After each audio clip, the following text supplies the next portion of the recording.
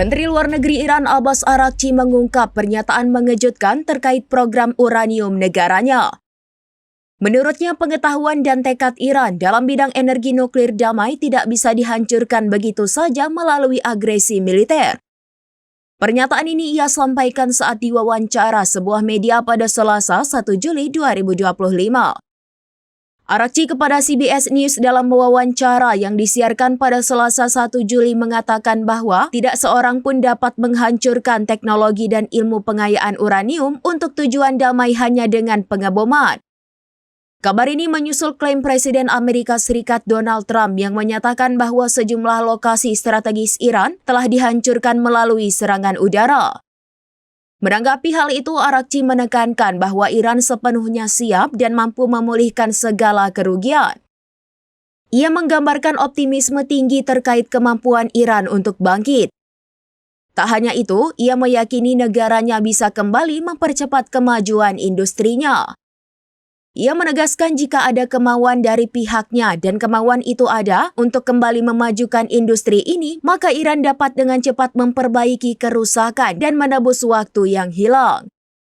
Kepercayaan diri Iran dalam membangun kembali industri nuklir tercermin dalam gambar citra satelit terbaru yang diambil oleh perusahaan pencitraan komersial asal Amerika Serikat. Citra satelit itu menunjukkan bahwa peralatan konstruksi dikerahkan di Fordow. Fordow sendiri merupakan salah satu lokasi fasilitas nuklir Iran yang dibom oleh Amerika Serikat pekan lalu.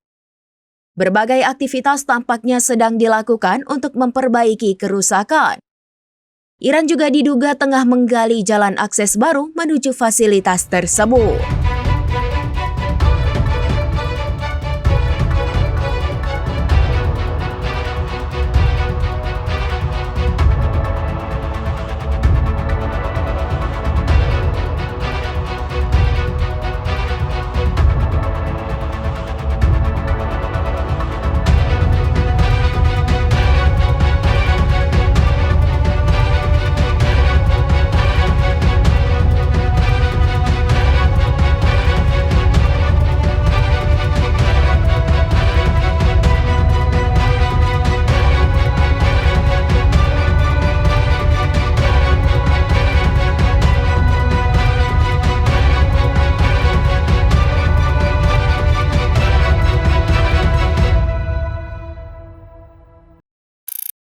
Download Tribun X sekarang, menghadirkan lokal menjadi Indonesia.